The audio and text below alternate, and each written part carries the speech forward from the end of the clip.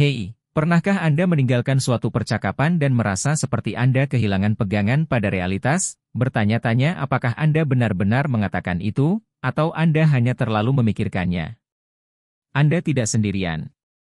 Hari ini, kita akan menjelajahi 5 cara mengejutkan yang digunakan manipulator mental untuk memanipulasi pikiran Anda, dan mengungkap psikologi gelap di balik taktik mereka. Manipulasi mental bukan sekadar kata kunci, tetapi salah satu bentuk manipulasi yang paling halus namun merusak saat ini, dan berkembang pesat karena kebingungan. Entah itu teman yang memutarbalikkan kata-kata Anda, pasangan yang membuat Anda meragukan perasaan Anda, atau rekan kerja yang merusak kepercayaan diri Anda, manipulasi mental memiliki cara untuk mengubah pikiran Anda ke negeri asing. Tetapi ini adalah sesuatu yang tidak seharusnya dialami oleh siapapun, sehingga mereka hidup dalam keraguan terhadap diri sendiri. Melepaskan diri dari cengkeraman manipulator mental tidak memerlukan gelar psikologi atau terapi bertahun-tahun.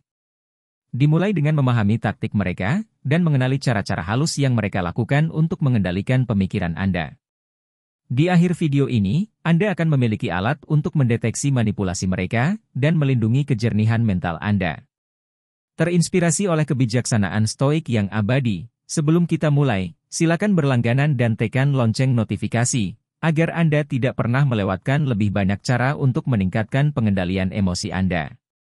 Jadi jika Anda siap untuk mendapatkan kembali kekuatan Anda dan mengatasi permainan, mari mulai menulis ulang ceritanya. Seni halus yang membuat Anda lupa. Bayangkan sebuah buku yang telah Anda baca dari awal hingga akhir, sebuah cerita yang kini sudah Anda hafal. Bayangkan seseorang menyelinap masuk, merobek halaman, menata ulang bab, dan mencoret-coret adegan penting. Ketika Anda mengambilnya lagi, hampir tidak dapat dikenali lagi, tetapi pencuri bersumpah bahwa ia memang selalu seperti itu. Beginilah cara pelaku gaslighting menulis ulang cerita Anda, bukan dengan pena, tetapi dengan penuh perhitungan memanipulasi ingatan dan realitas Anda. Kontinu. Ketika pelaku gaslighting menulis ulang masa lalu, hal tersebut tidak selalu diucapkan dengan lantang atau jelas. Mereka tidak berteriak bahwa Anda salah, sebaliknya, mereka menabur benih keraguan yang halus. Percakapan yang Anda yakini berjalan satu arah, berubah total. Bukan itu yang saya katakan, atau lebih buruk lagi, Anda mengingatnya salah pada awalnya. Komentar-komentar ini mungkin tampak sepele. Lagi pula, tidak ada seorang pun yang mengingat segala sesuatu dengan sempurna. Namun seiring berjalannya waktu, terus-menerus menyangkal realitas Anda akan mengikis kepercayaan Anda terhadap ingatan Anda sendiri. Anda mendapati diri Anda meragukan apa yang telah Anda lihat, dengar, atau bahkan rasakan. Tujuan akhir dari pelaku gaslighting adalah menjadi penjaga realitas Anda. Taktik ini sangat efektif karena ingatan pada dasarnya rapuh. Psikolog menyebutnya distorsi memori, kecenderungan untuk mengisi kekosongan otak dengan isyarat atau pengaruh luar. Pelaku gaslighting memanfaatkan kelemahan alami ini, merangkai versi kejadian mereka dengan sangat meyakinkan hingga Anda mulai meragukan diri sendiri, seakan-akan mereka telah meretas kompas internal Anda, membuat Anda berputar-putar dan bergantung pada mereka untuk membimbing Anda. Bayangkan betapa besar dampak emosional yang ditimbulkannya. Tiap-tiap cerita yang Anda tulis ulang mengikis rasa percaya diri Anda. Anda mungkin mulai memutar ulang percakapan tersebut dalam pikiran Anda secara obsesif, bertanya-tanya apakah Anda salah paham atau bereaksi berlebihan. Mungkin Anda bahkan mulai meminta maaf atas hal-hal yang tidak Anda lakukan, hanya untuk menjaga perdamaian.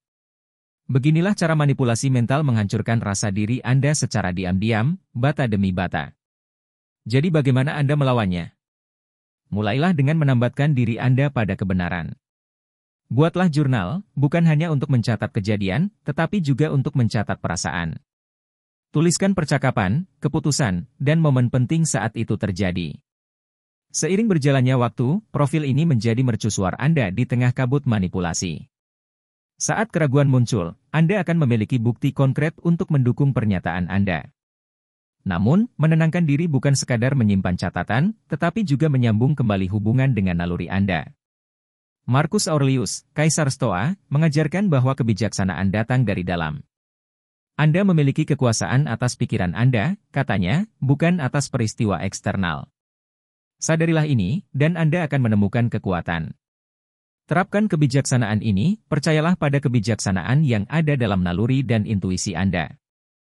Jika ada sesuatu yang salah, kemungkinan besar memang demikian.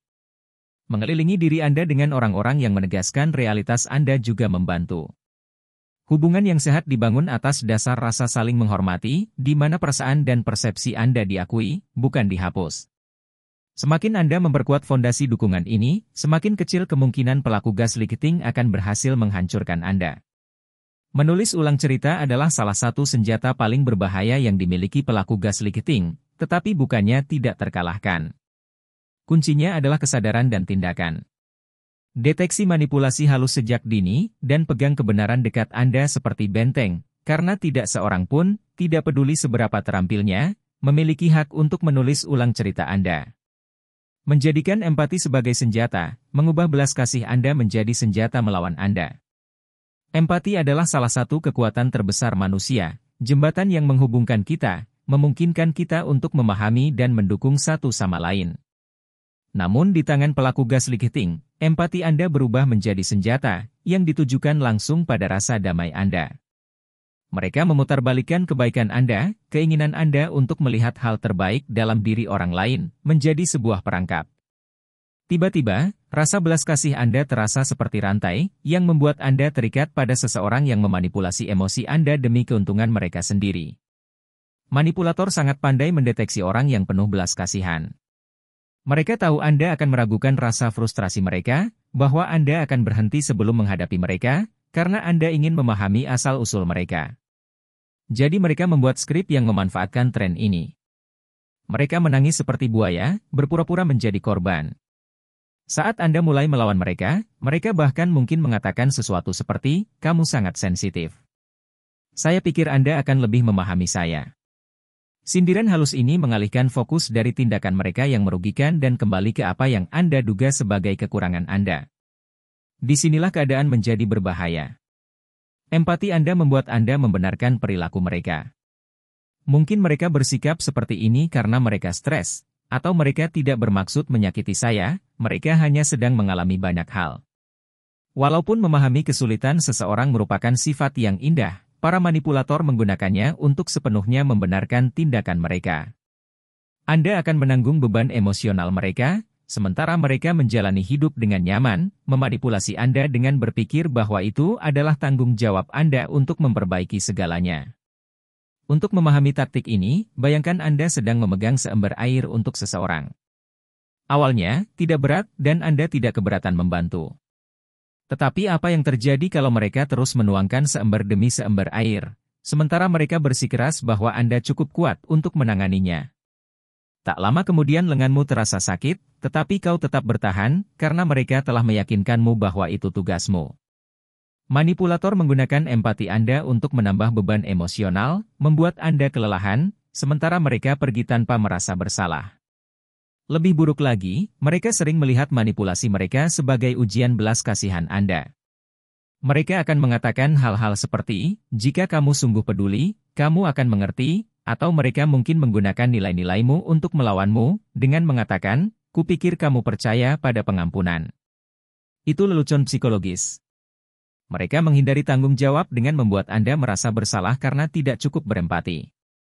Kenyataannya, empati benar-benar merupakan jalan dua arah.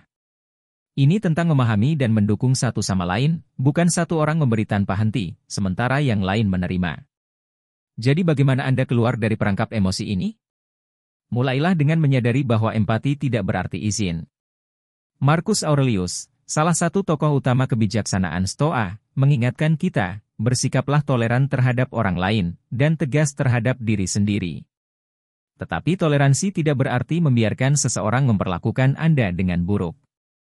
Artinya, pahamilah perjuangan mereka, tanpa membiarkan mereka melewati batasan Anda. Salah satu langkah praktis adalah mempraktikkan apa yang disebut pelepasan penuh belas kasih. Ini tidak berarti Anda berhenti peduli, tetapi ini berarti Anda peduli dengan cara yang melindungi kesehatan emosional Anda. Misalnya, jika perilaku seseorang menyakitkan, akui kesulitannya, tetapi minta pertanggungjawaban mereka. Kamu bisa bilang, "Aku mengerti kamu sedang mengalami masa sulit, tapi itu tidak bisa dijadikan alasan atas cara kamu memperlakukanku." Pendekatan ini menghormati empati dan batasan Anda. Strategi lain adalah mengamati pola, bukan kejadian individual. Manipulator mental bergantung pada kemampuan Anda untuk memaafkan kesalahan sesaat, tetapi pola tidak dapat berbohong. Tanyakan pada diri Anda apakah Anda terus membuat alasan untuk perilaku yang sama. Renungkan apakah belas kasih Anda dibalas, atau sekadar dimanfaatkan. Terakhir, bangunlah lingkaran kepercayaan di luar pengaruh manipulator mental. Bagikan pengalaman Anda dengan orang-orang yang menghargai Anda apa adanya, bukan apa yang Anda berikan. Sekutu terpercaya ini dapat membantu Anda mengenali manipulasi apa adanya, mengingatkan Anda bahwa Anda pantas mendapatkan hubungan di mana empati mengalir dua arah. Empati yang dijadikan senjata adalah distorsi kejam terhadap sesuatu yang hakikatnya baik, tetapi belum tentu demikian. Identifikasi hubungan Anda. Ingatlah, kasih sayang sejati tidak pernah menjadi beban, melainkan kekuatan. Dengan menetapkan batasan dan selalu menambatkan kebenaran Anda mendapatkan kembali empati Anda sebagai kekuatan koneksi, bukan kendali. Itu bukan sekedar perlindungan diri, itu kebijaksanaan. Pencuri merusak kepercayaan diri Anda. Keyakinan adalah fondasi pikiran yang tangguh. Itulah yang membantu Anda bersikap teguh dalam mengambil keputusan, mempercayai naluri, dan terus maju dengan tujuan. Manipulator mental mengetahui hal ini.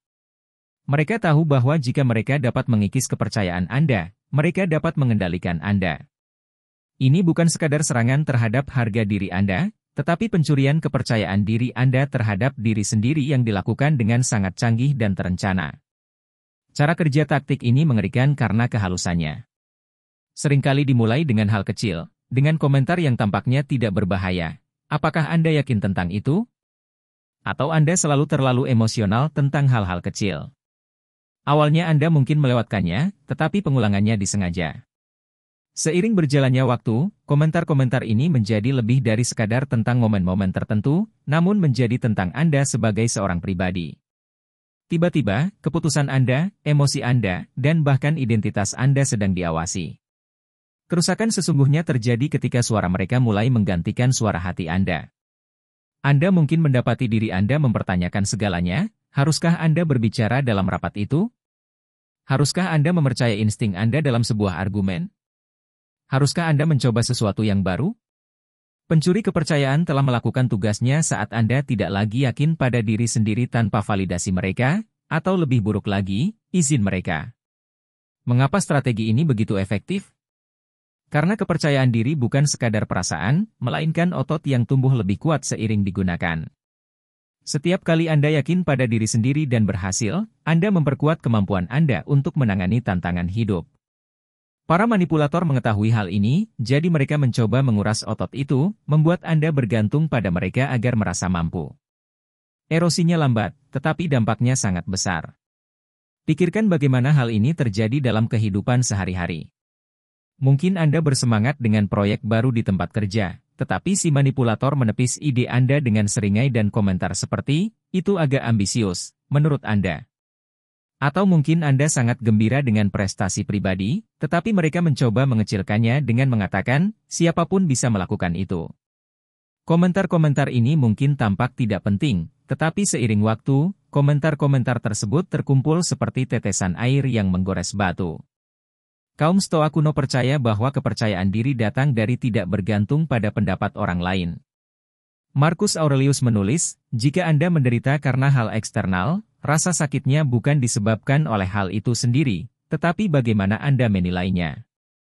Pelaku gaslighting senang membuat Anda meragukan perkiraan Anda, penilaian Anda, kekuatan Anda, harga diri Anda. Jadi bagaimana Anda mendapatkan kembali kepercayaan mereka? Langkah pertama adalah kesadaran. Mulailah memperhatikan pola, perhatikan seberapa sering mereka meragukan kemampuan Anda atau meremehkan pencapaian Anda. Begitu Anda melihatnya, Anda bisa berhenti menghayatinya. Ingat, kata-kata mereka mencerminkan rasa tidak aman mereka, bukan realitas Anda. Berikutnya adalah membangun kembali kepercayaan diri Anda melalui tindakan yang disengaja. Mulailah dari hal kecil, buatlah keputusan tanpa meminta pendapat mereka, bahkan untuk hal-hal kecil, dan rayakan pilihan tersebut. Kepercayaan diri akan meningkat saat Anda membuktikan pada diri sendiri bahwa Anda dapat mempercayai naluri Anda. Penting untuk menegaskan kembali kekuatan Anda. Buatlah daftar prestasi, keterampilan, dan kualitas yang membuat Anda bangga. Bacalah sesering mungkin, terutama saat kata-katanya mulai terlintas di pikiran Anda. Kelilingi dirimu dengan orang-orang yang mengangkatmu dan mendukungmu, orang-orang yang melihat nilai dirimu tanpa berusaha merusaknya. Terakhir, tetapkan batasan yang tegas. Jika pelaku gaslighting mencoba menyabotase Anda, katakanlah, saya sudah memikirkannya matang-matang dan saya yakin dengan keputusan saya. Anda tidak berutang penjelasan kepada mereka lagi. Kepercayaan diri bukanlah tentang meyakinkan orang lain, tetapi tentang percaya pada diri sendiri. Pencuri kepercayaan adalah salah satu senjata paling ampuh yang digunakan pelaku gaslighting, tetapi seperti semua pencurian ini hanya berhasil jika Anda membiarkan mereka mengambil apa yang menjadi milik Anda. Dengan mengenali taktik mereka dan berdiri teguh pada kebenaran Anda dapat membangun kembali dan melindungi keyakinan Anda pada diri sendiri. Dan saat Anda melakukannya, kekuasaan mereka atas Anda runtuh. Kepercayaan diri bukan sekedar hadiah, namun merupakan perisai Anda. Berani dalam menciptakan kekacauan, kebingungan sebagai mekanisme kontrol. Kebingungan bukan sekadar hasil sampingan dari manipulasi, tetapi seringkali merupakan keseluruhan strategi. Pelaku gaslighting senang dengan kekacauan, karena kebingungan membuat Anda rentan, reaktif, dan akhirnya bergantung pada narasi mereka. Semakin Anda merasa tidak yakin, semakin mudah bagi mereka untuk masuk sebagai suara akal sehat, yang konon membimbing Anda ke keputusan yang sesuai dengan agenda mereka.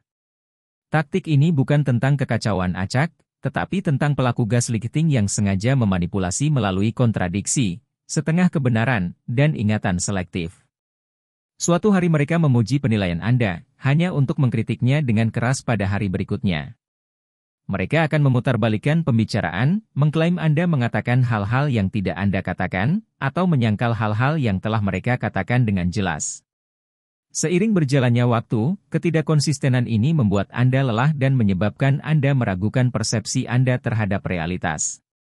Kekacauan tidak hanya terjadi di luar diri Anda, tetapi juga mengakar dalam pikiran Anda, menyebabkan Anda memikirkan ulang pikiran Anda, ingatan Anda, dan bahkan identitas Anda. Bayangkan Anda sedang mencoba menavigasi labirin yang dindingnya terus-menerus berubah. Itulah yang dirasakan saat seorang pelaku gaslighting menggunakan kebingungan sebagai senjata. Misalnya, mereka mungkin tiba-tiba mengubah pendiriannya terhadap suatu isu penting, membuat Anda bertanya-tanya apakah Anda salah paham. Atau mereka mungkin mengatakan sesuatu yang menyakitkan, lalu mengklaim, saya tidak pernah mengatakan itu, mengapa Anda mengada-ada? Sasarannya adalah membuat Anda tidak stabil, membuat Anda terus menebak-nebak, sehingga mereka dapat mempertahankan keunggulan. Taktik ini berhasil karena orang mendambakan kejelasan. Kita diprogram untuk mencari pola dan memahami dunia. Bila seseorang dengan sengaja mengganggu kejelasan itu, hal itu menciptakan disonansi kognitif, ketegangan psikologis antara apa yang Anda ketahui sebagai kebenaran dan apa yang mereka tegaskan sebagai kenyataan. Semakin lama ketegangan ini berlanjut, semakin besar kemungkinan Anda meninggalkan versi realitas Anda demi versi mereka, hanya untuk menemukan kedamaian. Kaum Stoa meyakini bahwa kejernihan pikiran sangat penting untuk kehidupan. Marcus Aurelius menulis, jika seseorang dapat membuktikan saya salah dan menunjukkan kesalahan saya akan dengan senang hati berubah, karena saya mencari kebenaran di mana tidak ada seorang pun yang benar-benar dirugikan. Kebijaksanaan ini mengajarkan kita bahwa kebenaran dan stabilitas sejati adalah kekuatan pelindung yang melindungi kita dari manipulasi. Manipulator mental ingin mengambil kebenaran itu dari Anda, membiarkan Anda terombang-ambing dalam kekacauan yang mereka ciptakan. Melepaskan diri dari mekanisme kontrol ini dimulai dengan kemandirian. Catatlah percakapan atau kejadian penting, tuliskan apa yang dikatakan dan dilakukan, sehingga Anda memiliki referensi nyata. Ketika manipulator mental mencoba memutarbalikkan kenyataan, rekaman ini dapat bertindak sebagai jangkar, membantu Anda terhubung dengan kebenaran, bahkan ketika manipulator mental mencoba mencabutnya. Selanjutnya, percayalah pada intuisi Anda. Kekacauan menimbulkan keraguan pada diri sendiri, tetapi naluri Anda seringkali menjadi panduan yang paling jelas. Jika ada sesuatu yang terasa tidak benar, jangan abaikan, berhentilah dan renungkan sebelum membiarkan cerita si manipulator menggantikan cerita Anda sendiri. Mendapatkan kembali kejelasan juga berarti menciptakan ruang tenang di luar kekacauan. Habiskan waktu dengan orang-orang yang menghargai kejujuran dan konsistensi. Stabilitasnya dapat menyeimbangkan kekacauan yang diciptakan oleh manipulator mental. Aktivitas seperti perhatian penuh dan meditasi juga dapat membantu Anda mendapatkan kembali fokus, sehingga Anda dapat melihat di balik kebisingan dan mengenali manipulasi sebagaimana adanya. Sebaiknya Anda mencoba untuk tidak terlibat dalam permainan mereka. Pelaku gaslighting seringkali menambah kebingungan saat Anda menantang mereka, memperkenalkan tindakan pengalihan perhatian baru, atau mengalihkan argumen sepenuhnya. Daripada terjebak di situs web mereka, mundurlah dan katakan, percakapan ini tidak produktif saat ini, mari kita bahas lagi nanti. Ini mengurangi kekuatannya dan memberi Anda waktu untuk kembali ke diri Anda sendiri. Kebingungan sebagai mekanisme kontrol adalah salah satu bentuk manipulasi yang paling membingungkan, tetapi ia kehilangan kendali ketika Anda memprioritaskan kejelasan dan kebenaran. Kekacauan mungkin mengelilingi Anda, tetapi pikiran Anda tidak perlu mencerminkannya. Dengan menambatkan diri Anda pada realitas dan menolak mengikuti strategi mereka, Anda mendapatkan kembali kekuatan Anda dan menemukan kedamaian di tengah badai. Ilusi pilihan membuat Anda berpikir itu adalah kesalahan Anda. Manipulasi mental seringkali beroperasi di area abu-abu, yang mana si manipulator mendistorsi realitas secukupnya hingga membuat Anda meragukan penilaian Anda, tanpa menyadari bahwa mereka turut campur. Salah satu taktik mereka yang paling berbahaya adalah ilusi pilihan, dengan membingkai situasi secara halus sehingga apapun hasilnya, Anda tetap merasa bertanggung jawab atas segala hal yang salah. Ini bukan sekadar manipulasi, ini perang psikologis yang dirancang untuk mengikis rasa percaya diri Anda. Teknik ini dimulai dengan pelaku gaslighting yang memberi Anda pilihan, tetapi tidak satu pun benar-benar menguntungkan Anda. Mereka mungkin berkata, kamu boleh memilih meneruskan idemu, tapi jangan datang menangis kepadaku jika idemu gagal. Atau tentu, ambil pekerjaan itu, jika kamu tak keberatan mengecewakan orang lain. Sekilas, mungkin tampak seperti Anda punya hak bersuara, tetapi kerangkanya memastikan bahwa pilihan apapun yang Anda buat disertai rasa bersalah, keraguan, atau konsekuensi yang dirancang untuk membuat Anda menyesali keputusan Anda. Seiring berjalannya waktu, taktik ini membuat Anda menyalahkan diri sendiri. Jika Anda bersikeras dan segala sesuatunya tidak berjalan sesuai harapan, Anda berpikir, mungkin mereka benar, saya seharusnya tidak melakukan itu. Jika Anda mengikuti saran mereka dan itu menjadi bumerang, ceritanya menjadi, mengapa saya tidak percaya pada diri saya sendiri? Apapun yang terjadi, Anda akan terjebak dalam siklus menyalahkan diri sendiri, membuat Anda rentan dan bergantung pada pelaku gaslighting untuk mendapatkan bimbingan di lain waktu. Taktik ini sangat efektif karena memanfaatkan keinginan alami Anda untuk bertanggung jawab atas tindakan Anda. Mengambil alih kepemilikan atas pilihan seseorang adalah tanda kedewasaan emosional, tetapi pelaku gaslighting mengubah kebajikan ini menjadi senjata untuk digunakan melawan Anda. Mereka mengaburkan batasan antara tanggung jawab dan kesalahan, sehingga Anda menanggung beban yang bukan tanggung jawab Anda. Filsafat Stoa menawarkan penawar yang ampuh untuk ini. Marcus Aurelius menulis, Anda memiliki kekuasaan atas pikiran Anda, bukan atas peristiwa eksternal. Sadarilah ini, dan Anda akan menemukan kekuatan. Ilusi pilihan dirancang untuk mengalihkan Anda dari kebenaran ini, membuat Anda percaya bahwa kekuatan luar menentukan harga diri Anda. Namun kenyataannya, meskipun Anda tidak dapat mengendalikan bagaimana orang lain memanipulasi situasi, Anda dapat mengendalikan bagaimana Anda menafsirkan dan bereaksi terhadapnya. Untuk mematahkan ilusi ini, mulailah dengan mengubah cara Anda memandang pilihan. Tidak semua keputusan sepenuhnya menjadi tanggung jawab Anda. Kadang-kadang, keadaan atau orang-orang yang memengaruhi Anda juga memikul banyak tanggung jawab. Tanyakan pada diri Anda, apakah saya membuat keputusan ini berdasarkan nilai-nilai dan pemahaman saya, atau apakah saya dipaksa untuk melakukannya? Refleksi sederhana ini dapat membantu membedakan tanggung jawab nyata dari kesalahan yang tidak adil. Penting juga untuk mengidentifikasi pola dalam cara pelaku gaslighting membingkai situasi. Apakah mereka selalu menjebak Anda untuk gagal atau merasa bersalah? Begitu Anda mengenali pola-pola ini, Anda dapat mengantisipasi taktik mereka dan menyisihkannya. Misalnya, ketika mereka berkata, silakan saja, tapi jangan salahkan saya nanti, tanggapi dengan, jelas, jika saya membuat pilihan ini, saya akan menanggung konsekuensinya. Tetapi bukan karena Anda meramalkan kegagalan. Ini mengubah dinamika kekuatan, menegaskan otonomi Anda tanpa menerima kesalahan mereka. Yang sama pentingnya adalah membangun sistem pendukung di luar lingkup pengaruh si manipulator. Teman, penasihat, atau bahkan jurnal yang terpercaya dapat membantu Anda memproses keputusan secara objektif, tidak terpengaruh oleh perspektif menyimpang dari si manipulator. Perspektif luar ini dapat menegaskan kembali kemampuan Anda untuk membuat pilihan yang bijak, bahkan ketika si manipulator mencoba merusaknya. Ilusi pilihan merupakan jurus jitu manipulasi, sebab ia mengubah rasa tanggung jawab Anda menjadi senjata untuk melawan Anda. Namun dengan mengenali taktik tersebut dan menegaskan kembali kendali atas cerita Anda dapat mengganggu kekuatannya. Pilihan sesungguhnya bukanlah tentang menyenangkan orang lain atau menghindari kesalahan, tetapi tentang menyelaraskan diri dengan nilai-nilai yang Anda anut dan mempercayai diri sendiri. Inilah jenis kebebasan yang paling ditakuti oleh para manipulator, dan inilah kebebasan yang layak diperjuangkan. Terima kasih telah bergabung dengan kami dalam eksplorasi mendalam tentang cara-cara mengejutkan para manipulator memanipulasi pikiran Anda. Kami berharap wawasan ini telah memberdayakan Anda untuk mengenali taktik ini, melindungi harga diri Anda, dan mendapatkan kembali kejelasan saat manipulasi telah menimbulkan keraguan. Ingat, memahami permainan adalah langkah pertama untuk terbebas darinya. Dengan tetap membumi, mempercayai intuisi Anda, dan menumbuhkan kesadaran diri, Anda tidak hanya akan melindungi diri dari manipulasi, tetapi juga memperkuat ketahanan emosional Anda.